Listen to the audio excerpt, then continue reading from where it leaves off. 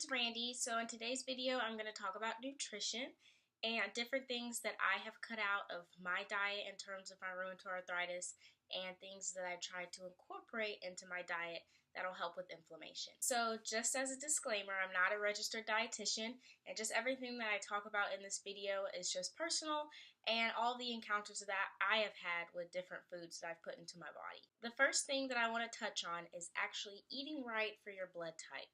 Now, my dad and one of my close uncles would always talk to me about eating according to my blood type, but I had no idea what it meant. I didn't understand that why does it matter what blood type I have and the foods that I put into my body. So, I like facts, and so my dad bought me this book, and it's called Eat Right for Your Type. And this is the doctor that actually published it, and this diet has actually been around for more than 2 decades, which I had no idea. And I'll go ahead and drop a link below of the book, and so if anyone wants to get a copy or read more on eating for your blood type, then you can do so.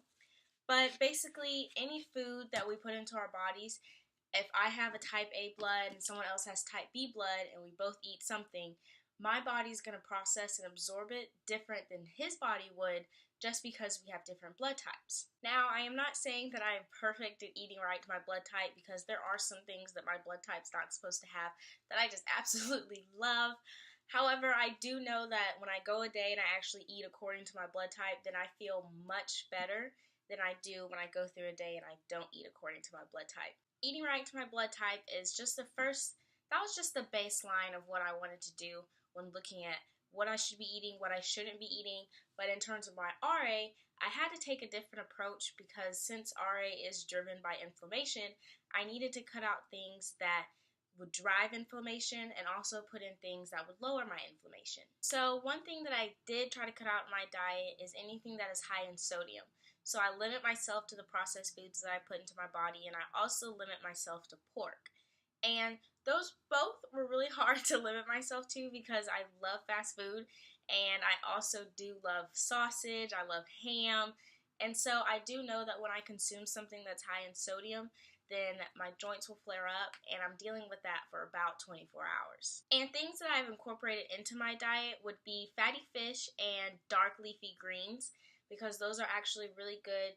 Fatty fish are really good for inflammation, and dark leafy greens are good at lowering the C-reactive protein, which is the inflammation marker.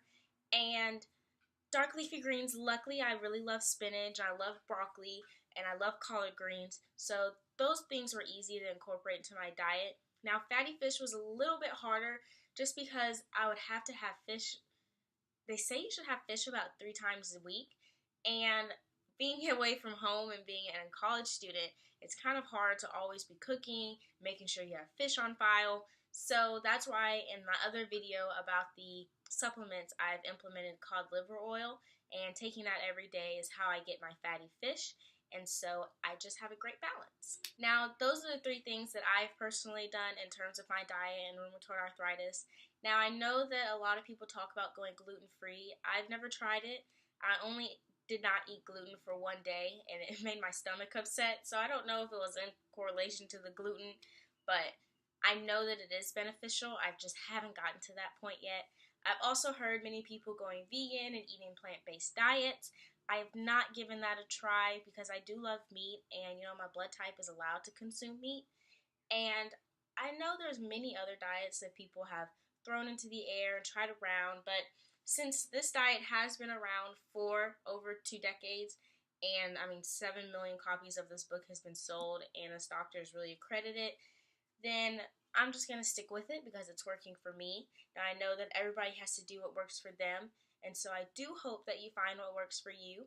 And if there's any other questions that I didn't answer or that you have, I would be happy to answer them for sure. As always, you can reach out to me on my email or on my Instagram. I'm happy to interact with everyone and answer any questions and just be there and be a support. And so I hope that y'all have a great rest of y'all's day. Goodbye.